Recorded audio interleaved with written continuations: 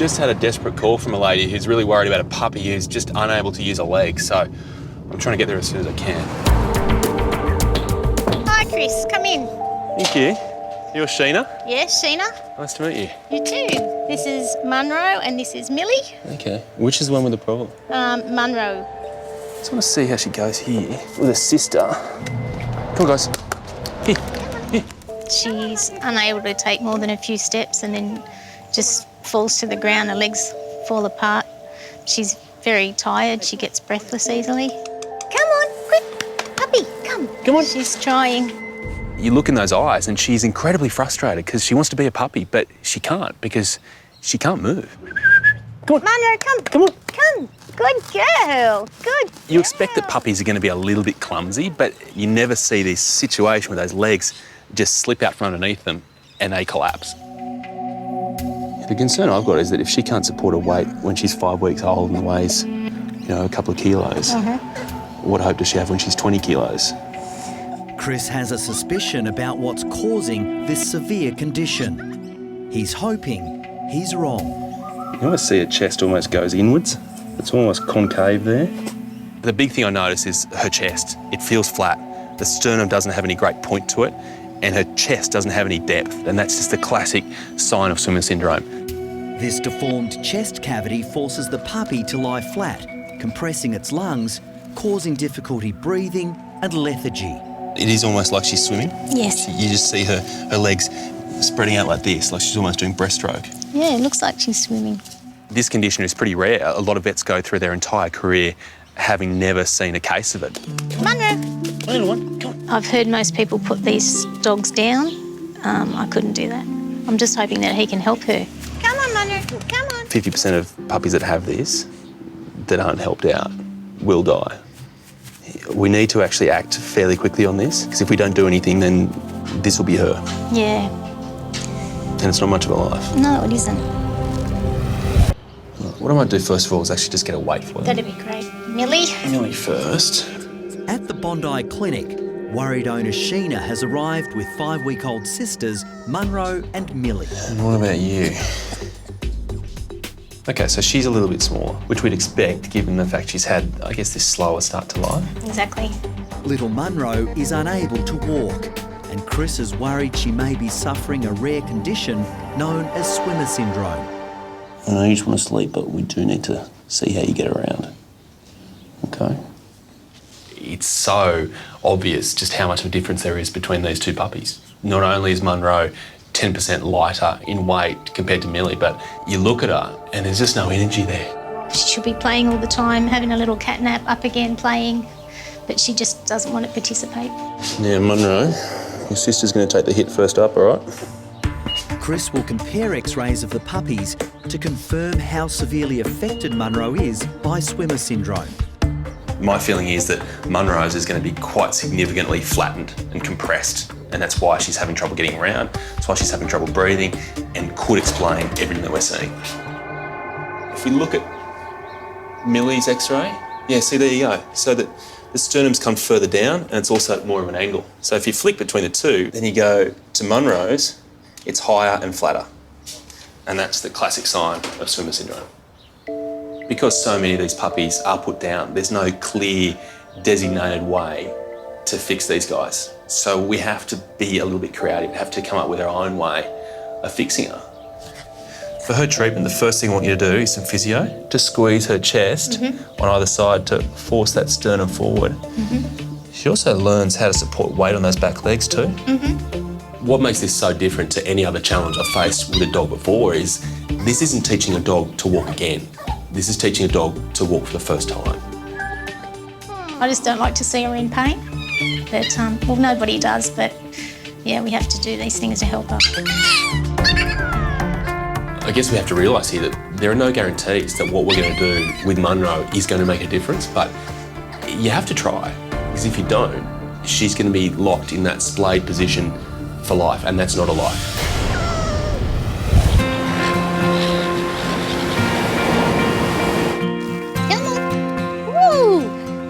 Next day, Chris is scheduled to start therapy on little Munroe. You're good girls. But first, he's responding to an intriguing SOS. I don't know if this is a joke or not, but I've just had a call to a family that has been bailed up in their house by a lizard. I don't know how big the lizard it is, what sort of lizard it is. Even if it is a lizard, it could be a snake. But we've got to get there, help out the family, and try and end this standoff. Glenn, isn't it? Glenn, yeah. All right, I'm Chris. This is Barry. Hi, nice to meet you. You too. Yeah. What have we got here? We were a bit worried. We didn't know what it was. We didn't want to get bitten or anything like that, so we thought we'd better bring the professionals and get them to come out and have a look at it. As Chris and wildlife expert Barry try to corral the home intruder, they're relieved to find out they're hunting a water dragon and not a snake. Water dragons generally aren't dangerous, except when they're threatened. If they're cornered, then they will try and strike out with their claws, or they can even inflict a bit of a bite. In that case, I'll be turning the camera off straight away, obviously mopping up the blood and pretending that never happened. You hot, Barry? It's hot in here, isn't it? Okay. Okay, buddy. Just think of a nice, cool, calm little stream, pond, calm, relaxing music. Ignore the big hand that's about to come in. Here we go. Probably the only concern is the fact that he's pretty placid. He didn't put up much of a fight there, which, you know, in the short term is a good thing, but long term you want him to be actually pretty feisty, because that usually implies that he's healthy. Got to thank your landlords for the hospitality. Want to say goodbye? Bye. It's a built-up environment. We've got dogs, we've got people, we've got cars. That's not safe for him to be around. We'll take him back to the clinic and give him a good once-over and really make sure he's ready to be released. And if he is, then I've got the perfect spot in mind. See you later. See you later.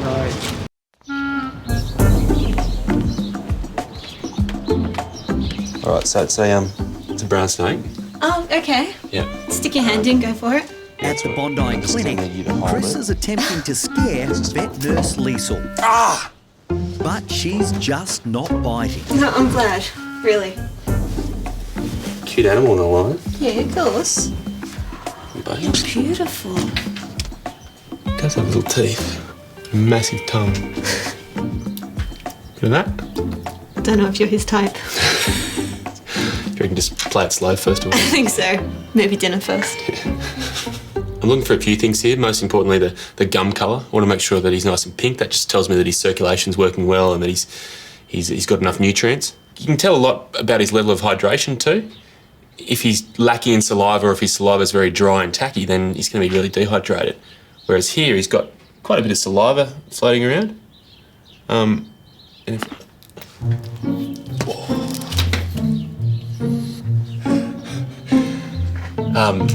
that really hurts. Really hurts. That's all right. It was the tongue thing, wasn't it? It was the kiss. His teeth are fine. They're working really well, actually. Really well. So that reassures me that everything's going to be okay. That really hurts. Probably sticking your finger inside a water dragon's mouth isn't the best idea. Maybe if you come across one at home, don't do that. I know you can hear the water, but that's not your kind of water. It's salty. The water dragon's been given a clean bill of health, and Chris is now very happy to release him. Don't mind it, huh? Can you hear the other guys? The snappy lizard's new address is prime leafy real estate close to the harbour. Our time together must come to an end.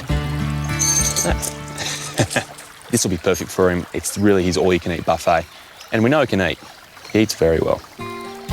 Shake hands and apologise? No. Seems pretty content.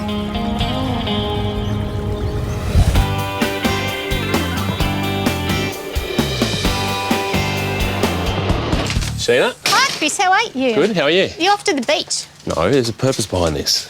You'll Really? find out, yeah. After a quick costume change, Chris is stopping at Sheena's house to try out an invention What's in the which he bag? hopes will help that's what's in the Munro bag. walk. Look, it's a present for you.